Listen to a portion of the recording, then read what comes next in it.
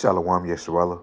First and foremost, I want to give all praises and glory to Yahweh, Ba'ashem, Yahushai, Ba'ashem, Rechah Kodash. Double honors to the apostles and elders of Great Millstone. Peace and blessings to those Le'akim that's preached the word in all truth and sincerity, along with the Israelite foreigner brothers that elect the heathens.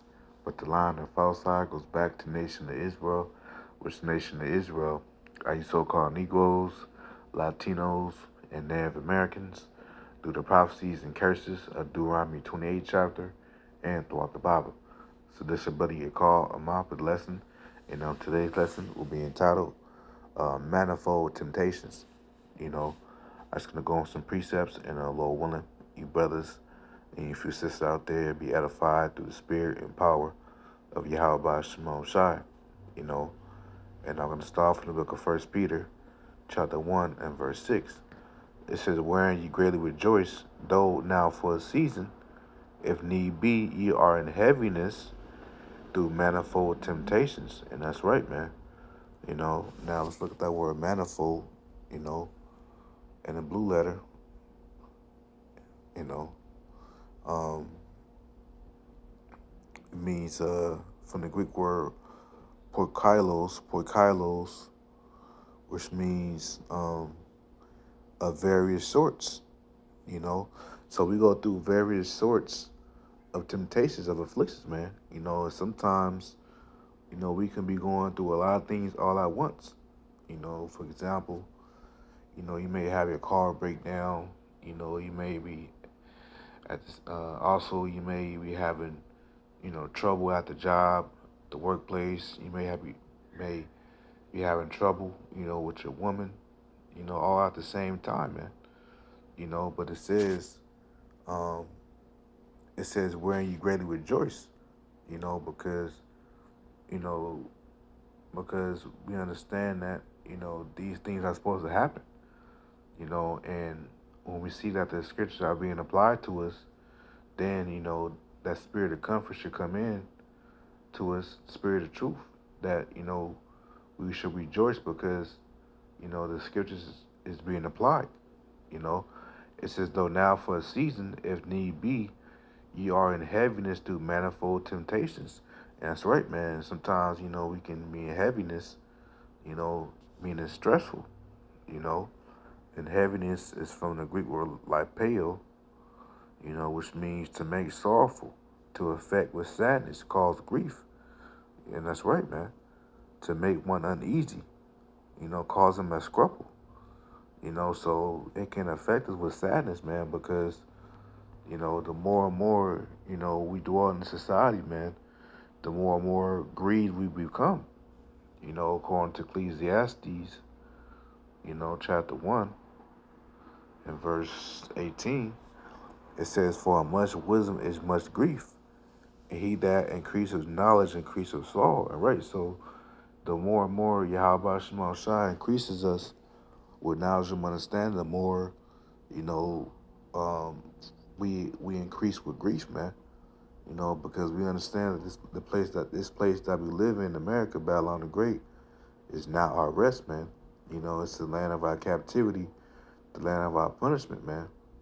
Hence why we are at the bottom, us nation of Israel, us so-called Negroes, Latinos, and Americans, and Esau, the so-called white man, along with the other heathen nations, are above us, man. Because we sin against Yahweh Shema Shai, but, all our losses, are soon going to come to W's, man. Very soon, Lord one will be part of the elect, man. And that's why it says in Romans, the 8th chapter, it says, Romans 8 and verse, let's see, no, Romans 13, Slakia, I believe it's 13.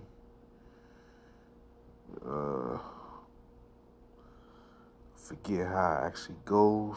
No, it's basically like our afflictions at the point in time, it's not going to compare to the kingdom. Let's see, Romans 8:18. It says, for I reckon that the sufferings of this present time which are the afflictions that we go through, our manifold temptations, losing jobs, not having no money, and, being just looked down upon all the time, and, having, you know, it's stressful at your job and stressful if you have a woman or children, stressful amongst your family, stressful just getting these demonic thoughts Satan put in our minds to try to go off in doubt, you know. So, we're suffering, you know. But it says, for I reckon that the sufferings of this present time are not really to be compared with the glory which shall be revealed in us. And right, the glory which shall be revealed in us is going to be the kingdom of heaven. So the kingdom of heaven is going to outweigh all the sufferings that we're going through in this present time. So, we have to, as Pastor Har said one time, that the apostles told us what Pastor Har said one time to them, that you have to learn how to suffer, and it takes time to get to that mentality, man, because once you love, once we love how, once we love to suffer, then we understand that, the scriptures are being applied to our life. And that's when we rejoice, man, because that means that we are in the right spirit, you know? And when you go to Job, Job was catching L's, man, because the Lord blessed Job greatly. We read Job 1 through, through 3, you know, which brothers can read that, but it's going to get to the point, and when we go to Job 1 and I start at verse 12, and this is when the spirit being Satan was, Yahweh, the Heavenly Father Yahweh was, in the spirit being Satan, they had basically um, they was basically had a bet concerning Job, if Job will keep his integrity or not, if if Satan was the Lord Yahweh was to send Satan to basically plague Job, but Job kept his integrity, man, you know. And when you go to Job 1 and verse 12, well, 13, I get to the point. It says, and there was a day when his sons and his daughters were eating and drinking wine in their eldest brother's house.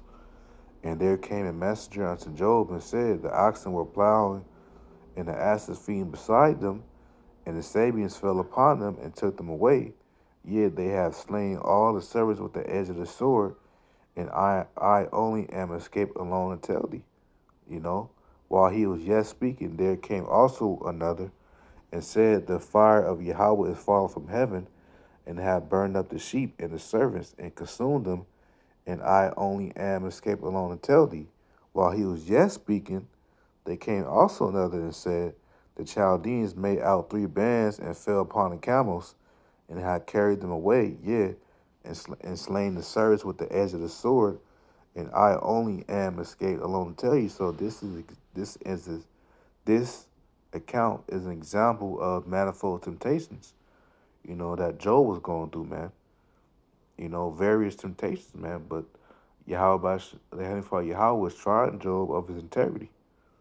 You know, it says verse 18, while he was yet speaking, there came also another and said, thy sons and thy daughters were eating and drinking wine in their eldest brother's house.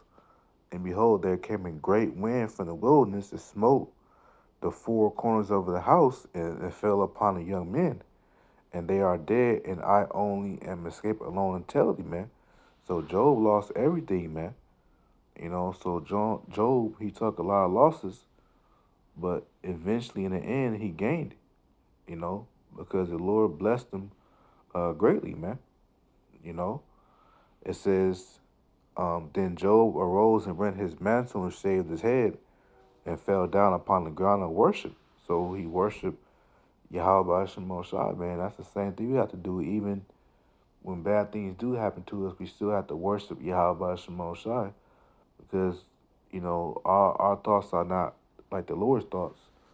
So the Lord can be doing something sometimes. In our minds, it may not feel right at the moment, but in the latter end, the Lord always revealed to us why he did it through the Spirit, man.